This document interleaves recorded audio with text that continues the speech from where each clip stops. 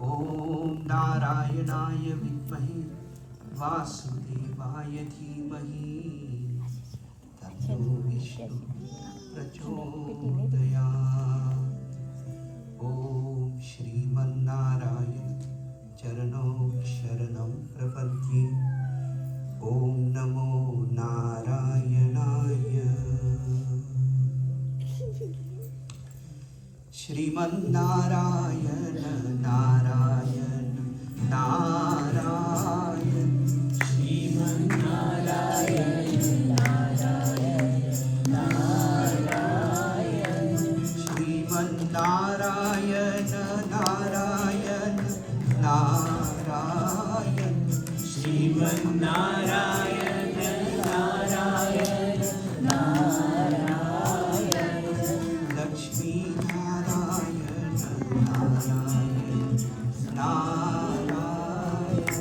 लक्ष्मी नारायण नारायण नारायण लक्ष्मी नारायण नारायण नारायण लक्ष्मी नारायण नारायण नारायण बद्री नारायण नारायण नारायण बद्री नारायण नारायण नारायण बद्री नारायण नारायण नारायण बद्री नारायण नारायण नारायण श्रीमन्नारायण नारायण नारायण श्रीमन्नारायण नारायण नारायण श्रीमन्नारायण नारायण नारायण।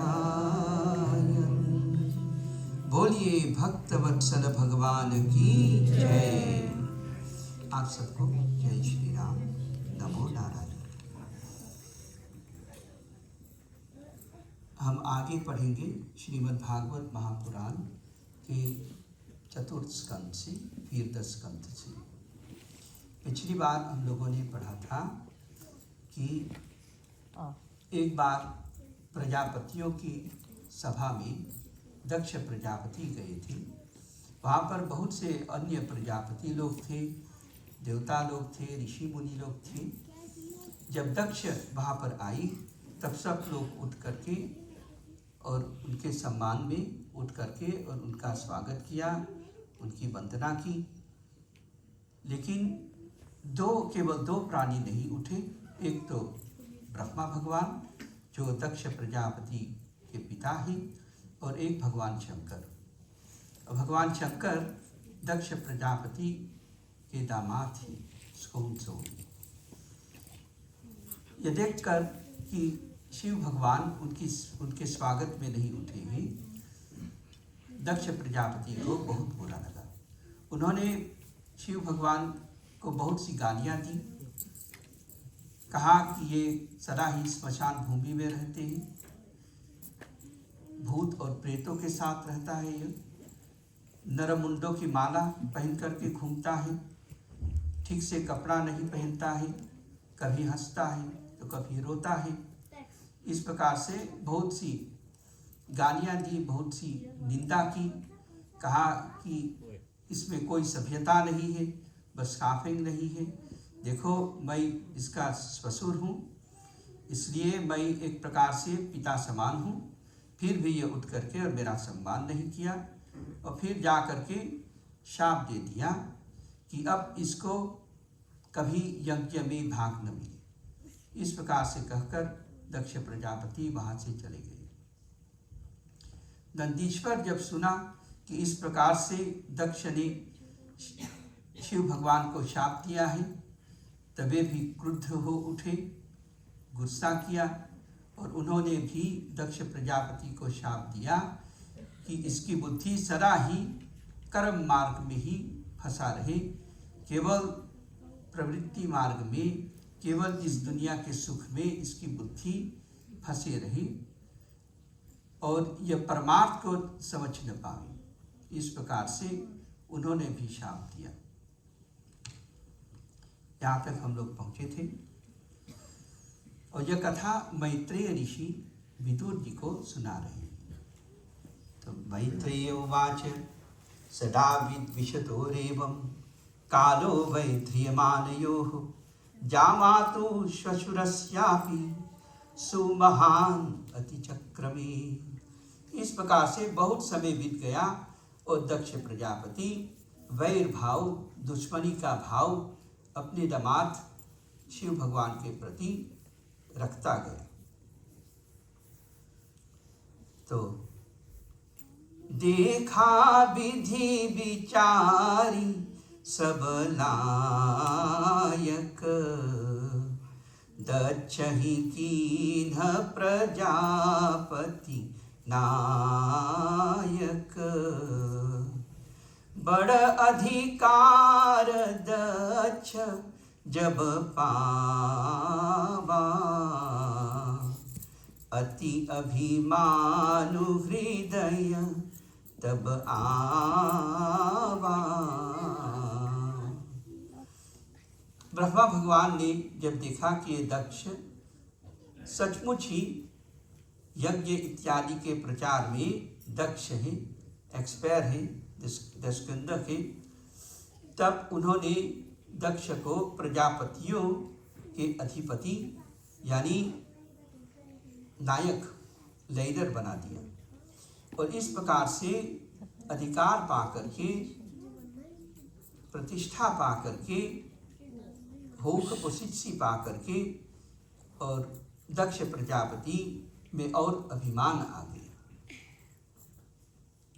और फिर दक्ष ने सोचा कि मैंने शंकर को शाप दिया था, अब एक बहुत बड़ा यज्ञ करूं, उसमें सबको निमंत्रण भेजूं और सब देवी देवता को भाग दूं, लेकिन शिव को मैं भाग नहीं दूंगा। तो इस प्रकार से इष्ट्वा स वाजपेयेन ब्रह्मीष्ठान अभिभूय च बृहस्पति सवम नाम समारेभे क्रतुत्तमम्। फिर दक्ष प्रजापति ने वाजपेय यज्ञ किया, उसको कर करके और पूरा किया। और फिर विधि के अनुसार उसके बाद अब बृहस्पति सव नाम के महायज्ञ अब करने जा रहा है। तब दक्ष ने सब देवता लोग को, ऋषि मुनि लोग को, सबको निमंत्रण भेजा, लेकिन अपने दामाद शिव और पुत्री सती को निमंत्रण नहीं भेजा। तो अब निमंत्रण पा करके, एक्नोनोखी पा करके बहुत से लोग अब जा रहे हैं आकाश मार्ग से और कैलाश के सामने से ही पास होकर के, और देवी देवता सब लोग विमान पर तीर्थ पर बैठ करके और वहाँ जा रहे हैं जहाँ पर दक्ष प्रजापति का यज्ञ होने वाला है। तो वे लोग जा रहे हैं और आपस में बातचीत कर रहे हैं उस यज्ञ के विषय में। तो सती माता ने सुन लिया उन लोगों की बात और उनको तब पता चल गया कि मेरे पिता बहुत बड़ा यज्ञ करने जा रहा है। तो यह देख करके उनको बहुत अच्छा लगा और उन्होंने सोचा कि हम लोगों को भी जाना चाहिए। फिर उन्होंने अपने पति शिव भगवान जी से कहा, प्रजापतस्ते श्वशुरस्य साम्प्रतम् निर्यापितो यज्ञ महोत्सवः किल वयं च तत्राभिसराम वामते यद्यर्थिता मे विबुधा व्रजन्ति।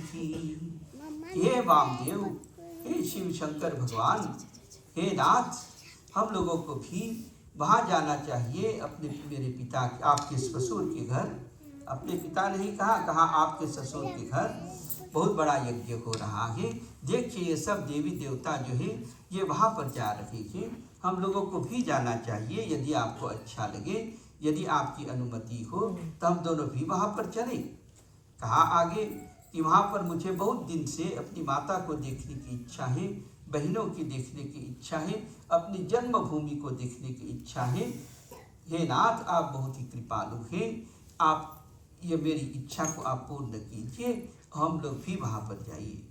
हाँ, निमंत्रण नहीं मिला है तो क्या हुआ, पिता के घर है, पिता के घर तो हम जा सकते हैं, निमंत्रण मिले या न मिले इससे कुछ लेना देना नहीं। पिता के घर है, वहाँ पर उस महायज्ञ में हम लोग भी जाएं। इस प्रकार से सती माता ने भगवान शंकर से निवेदन किया। तब भगवान शंकर उसकी बात को सुन करके और कहते हैं, त्वयोदितं शोभनमेव शोभने अनाहुता अप्यभियन्ति बन्धुषु यद्यदुत्पादत दोष दृष्टयो बलीयसानात्म्यमदेन मन्युना। कहा कि हे देवी, जो बात आपने अभी कहा है यह बहुत ही उचित है। अनाहुता अप्यभियन्ति बन्धुषु, कि यदि परिवार में बहुत निकट के परिवार हो, वहाँ पर कुछ उत्सव हो, कुछ फैसला खेल हो, तो अनाहुता निमंत्रण न मिलने पर भी वहाँ सच है हम जा सकते हैं। आपने जो कहा बहुत ही ठीक कहा, लेकिन जहाँ पर लोग अपने प्रति वैर भाव रखते हो, जहाँ प्राणी को बहुत ही अभिमान हो गया हो, वहाँ जाने से कोई कल्याण नहीं होता। यदि उस परिवार के लोग अपने प्रति वैर भाव रखते हैं, दोष दृष्टि रखते हैं, दोष देखते हैं, तो वहाँ जाने से भलाई नहीं होता। फिर कहा, प्रत्युद्गम प्रश्रयणाभिवादनम विधीयते साधुमिथः सुमध्यमे प्राज्ञै परस्मै पुरुषाय चेतसा गुहाशयायैव न देहमानिनी। शिव भगवान ने कहा कि हाँ, इससे पहले कहा कि आपके जो पिता हैं, मेरे ससुर जो है, वो मुझसे वैर भाव रखते हैं, दुश्मनी मानते हैं, क्योंकि एक बार एक सभा में, प्रजापतियों की सभा में मैंने उठ करके उनका सम्मान नहीं किया था, तभी से वे बहुत ही दुश्मनी मानते हैं। फिर शिव भगवान कहते हैं, जो अभी श्लोक में गाया गया है, कि तुम कह सकते हो कि मैंने उठ करके उनका स्वागत क्यों नहीं किया। तो हे देवी, जो आपस में लोग यह व्यवहार करते हैं कि उठ करके सामने जाते हैं और झुक करके और प्रणाम करते हैं, यह जो व्यवहार है यह ज्ञानी लोग बहुत ही अच्छे प्रकार से करते हैं, क्योंकि वे अपने मन से ही सदा उन परात्पर ब्रह्म को, परस्मै पुरुषाय, उनको वे सदा ही अपने भीतर से, अपने मन से उन परमात्मा को, जो सबके हृदय में निवास करते हैं, जो सबके हृदय में विद्यमान अन्वेषक है, उनको प्रणाम किया करते हैं।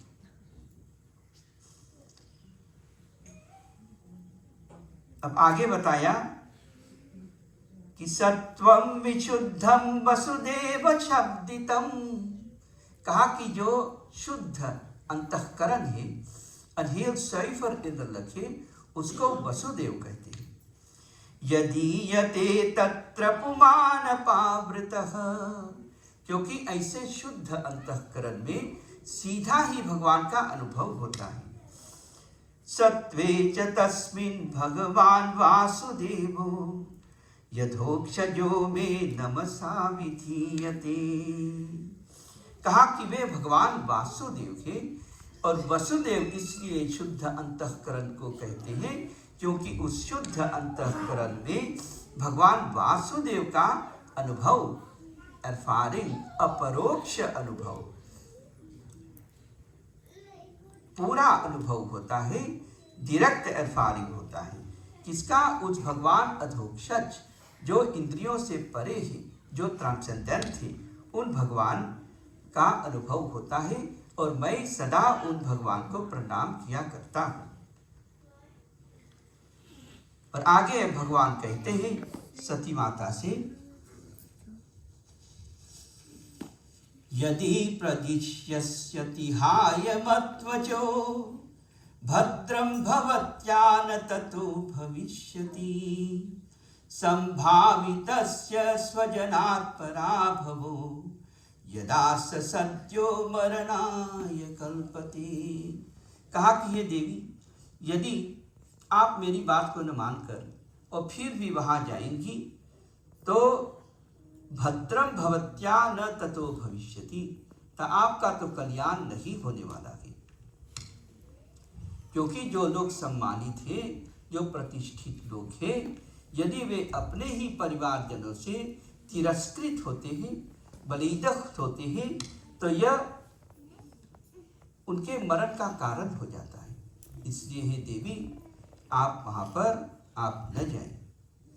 तो इस प्रकार से जब भगवान ने सती माता से कहा, भगवान शंकर ने कहा, तो माता को तो अच्छा न लगा। अब माता के हृदय में बहुत प्रेम है अपने परिवारजनों के लिए और वो उनको देखना चाहती है। तो सुहृदि दृक्षा प्रतिघात दुर्मना स्नेहातृदत्य शुकलाति विह्वला भवं भवान्य प्रतिपूरुषं रुषा प्रत्यक्षति वैक्षत जात वे पथुः। भगवती माँ के हृदय में अपने परिवार लोगों के प्रति अत्यंत ही स्नेह है, अत्यंत ही प्यार है। वे उनको देखना चाहती है और फिर लेकिन उसमें भगवान शंकर ने मना करके बाधा उपस्थित कर दिया। अब वो जा नहीं सकती है, तो इससे वह बहुत ही उदास है और रोती है, बहुत व्याकुल हो जाती है, आंखों में आंसू भर गए हैं और बहुत ही क्रुद्ध हो करके और भगवान शंकर की ओर वे देखती है कि मानो अभी अभी उनको जला देगी और शरीर में थर थर कांपती है। भगवद गीता में श्लोक में आया है कि कामात क्रोधो भिजायते। यदि कोई किसी को बहुत ही तीव्र इच्छा हो कुछ पाने के लिए या कहूँ जाने के लिए और उसमें कोई बाधा ऑब्स्टाकल उपस्थित कर दे तो उसके प्रति गुस्सा आ जाता है प्राणी के हृदय में। तो यहाँ पर भी यह जानना चाहिए कि भगवती माँ सती यहाँ पर अब लीला कर रही है। वह परिवार लोगों के लिए वह रो रही है, कांप रही है, बहुत ही गुस्सा से अपने पति शिव भगवान की ओर देख रही है कि मानो अभी अभी भस्म कर देगी। तो यह सब भगवती माँ सती की लीला है। शिव पुराण के सती खंड में जहाँ पर सती माता का चरित्र है, वहाँ पर बताया गया है कि वो जो पराशक्ति है, भगवती माँ दुर्गा जो पराशक्ति, जो परब्रह्म परमात्मा की पराशक्ति है, उन्होंने अवतार लिया था सरस्वती माता के रूप में और उस रूप से वे ब्रह्मा जी को प्राप्त हुई थी और फिर लक्ष्मी माता के रूप में अवतार लिया था और भगवान विष्णु को प्राप्त हुई थी। तो अब ब्रह्मा भगवान को बहुत ही चिंता थी कि उस पराशक्ति को भगवान शंकर से भी जुड़ जाना चाहिए, क्योंकि इस सृष्टि के कार्य में इस जो ये ब्रह्मांड है इसके मैनेजमेंट में शिव भगवान भाग नहीं ले रहे हैं, ये सदा समाधिस्थ रहते हैं, इनके जीवन में भी पराशक्ति आनी चाहिए। तो इसलिए ब्रह्मा जी ने, शिव पुराण में आया है, ब्रह्मा जी ने भगवती माँ दुर्गा की आराधना की, उनको प्रसन्न करने के लिए, उनसे वरदान प्राप्त करने के लिए। तो सुनिए, एक दो श्लोक हम सुना देते हैं, यह जताने के लिए कि सती माता की महिमा क्या है। तो ब्रह्मा जी भगवती माँ दुर्गा, भगवती पराशक्ति की स्तुति की थी उनको प्रसन्न करने के लिए। सर्वत्र व्यापिनीं नित्या निरालंबा निराकुलां त्रिदेव जननीं वन्दे स्थूलामरूपिणीं। कहा कि हे भगवती, आप जो सर्वत्र व्याप्त हैं, आप जो नित्या है, आप सदा रहते हैं, सदा से है, आप निरालंबाम है, यानी कोई भी आपका अवलंब नहीं है, आप किसी के सहारे से नहीं रहते हैं, आप परम स्वतंत्र हैं और आप निराकुलाम हैं, आप कभी भी व्याकुल नहीं होती। आप त्रिदेव जननी है, आपसे ही तीनों देव ब्रह्मा विष्णु शिव प्रकट हुए हैं।